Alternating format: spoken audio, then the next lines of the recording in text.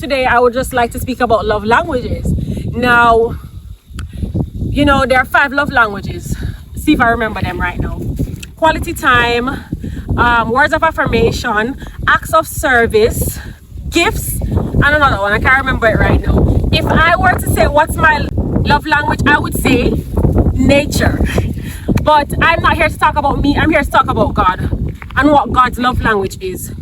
When we look at the 3rd commandment, it speaks, the last part of it says that he visits the iniquity of the parents unto the 3rd and the 4th generation of them that hate him. Why? For those who do not keep his commandments. Another one, we like to look at John 14:1 and say, okay, you know, let not our hearts be troubled. Ye believe in God, believe also in me. In my Father's house are many mansions. If it were not so, I would have told you. I go to prepare a place for you, and if I go to prepare a place for you, I will come again and receive you unto myself, that where I am, there you may be also. No, everybody wants to go to heaven, but the only way we're going to go is if we love God, right? How do we show that we love God? By keeping his commandments. It's that simple.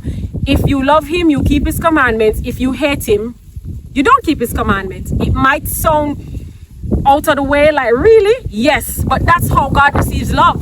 So I would just like to turn the attention from us onto how does God receive love. As I have told you, God receives love by us following his commandments, by us doing his word. And you know, it's not a work-based faith, but your faith will be coupled with works. Faith without works is dead. And because of your faith in God and your love for him, you will do certain things. How do I know that? And how do we all know that? When you see a Christian bad drive somebody, you say, am I really Christian? Why? Not that good driving is going to get him to heaven, but because he's a Christian, he will drive well.